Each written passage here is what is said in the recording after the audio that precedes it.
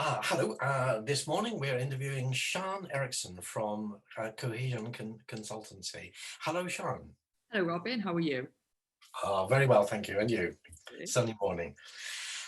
Sian, I particularly wanted to talk to you, to ask you about a lot of the work that you've been doing with peer mentoring in a much more of a community setting.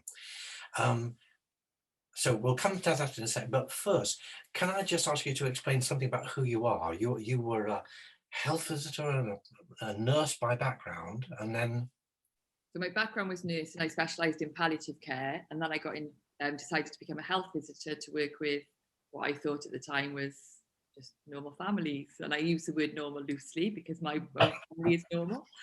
Um, so when I changed roles, I was quite amazed at how different I was treated by family. So when I was working in palliative care, people wanted me to come in and stay the night, quite literally, because they wanted to feel safe with me. And then when I became a health visitor, people felt scared of me and they'd twitch at their curtains and decide whether or not they'd let me in.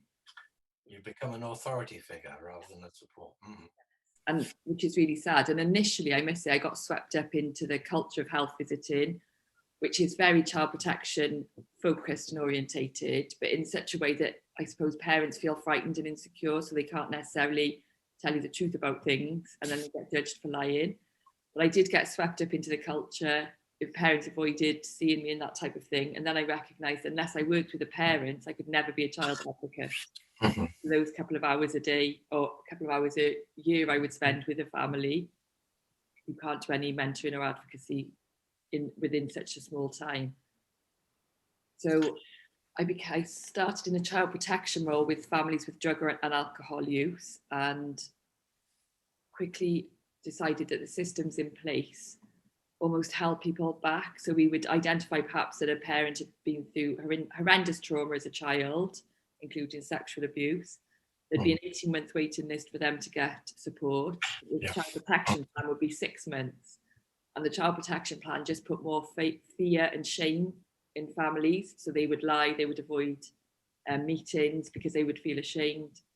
And it just made situations that maybe could have been managed more safely at home, situations where children were going into care, when there's alternative ways of doing it.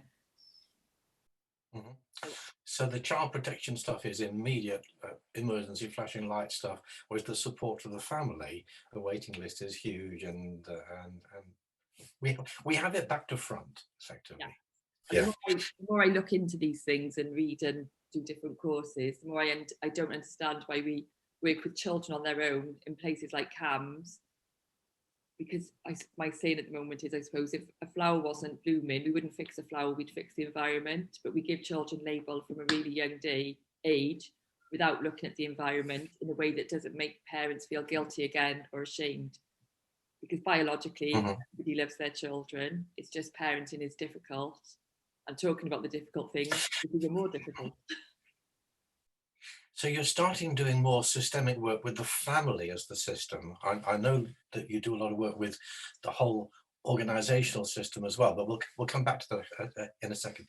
So what was it got you into peer support and peer mentoring as an approach? So, as I said, when I was working in these systems, I found that families would not really understand the whole child protection process, and they'd often say, my kid's childhood is much better than my childhood is. I don't understand why people have got such concerns. So their understanding of the whole process and what our concerns as professionals weren't common knowledge.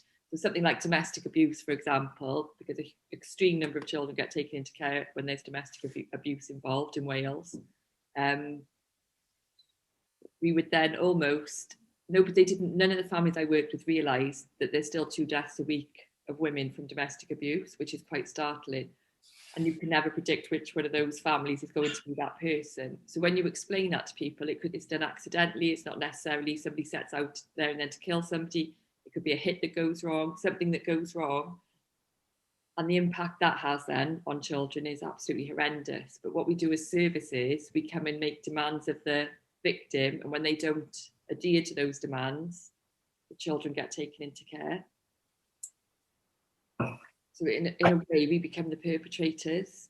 So it's just about trying to bridge that gap between our knowledge and understanding as professionals and then people that we support. So I was really interested in depersonalising it and having people who've potentially been through the experience, have been involved with the child protection system arena, but it's not to do with them now. So they've got the skills and knowledge to understand what could happen to families. Yeah. If they could support somebody else, it gives them a sense of purpose, and it provides positive role models for the family rather than. And certainly with a lot of other client groups, we find that people are much more inclined to trust somebody who they know has been through it themselves. So quite apart from the authority issues, you actually know what you're talking about because you've been there yourself. Yes. And you feel that sense of connection or empathy then. And that's what we miss, is that sense of connection, just because of the power imbalance. And there is a power imbalance. Somebody can potentially have your children removed. Even with the best will in the world, people all feel that imbalance, whatever we do as professionals. So how in practice do you work this? How do you set up a peer mentoring relationship, or how do you support the peer mentors?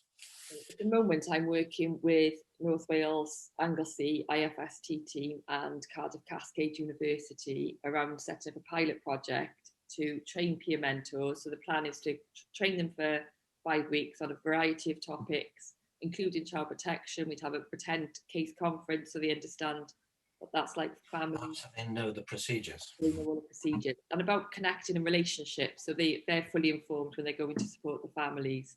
The plan is to train them for 5 weeks, introduce them to a family, and then train them for a further 5 weeks.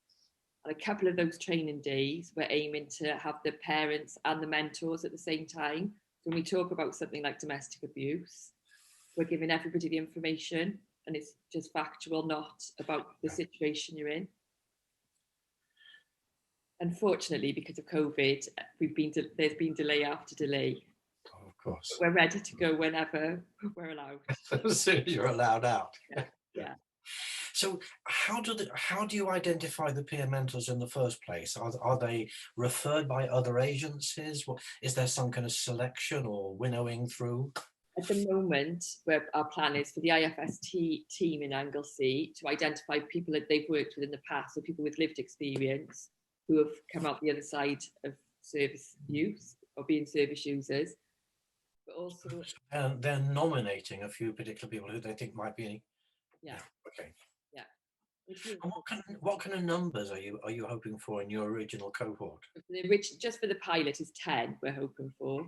Okay, so manageable size. Yeah. Okay, and big enough. And so, are you also developing peer support for the peer mentors, or how are you going to actually support these people individually and as a group? The plan initially is to provide regular supervision for the mentors, because again, you were not prepared for necessarily real life situations and the traumas other people have gone through. So it's about how we support them through that. So I'll be providing that supervision while we do the pilot.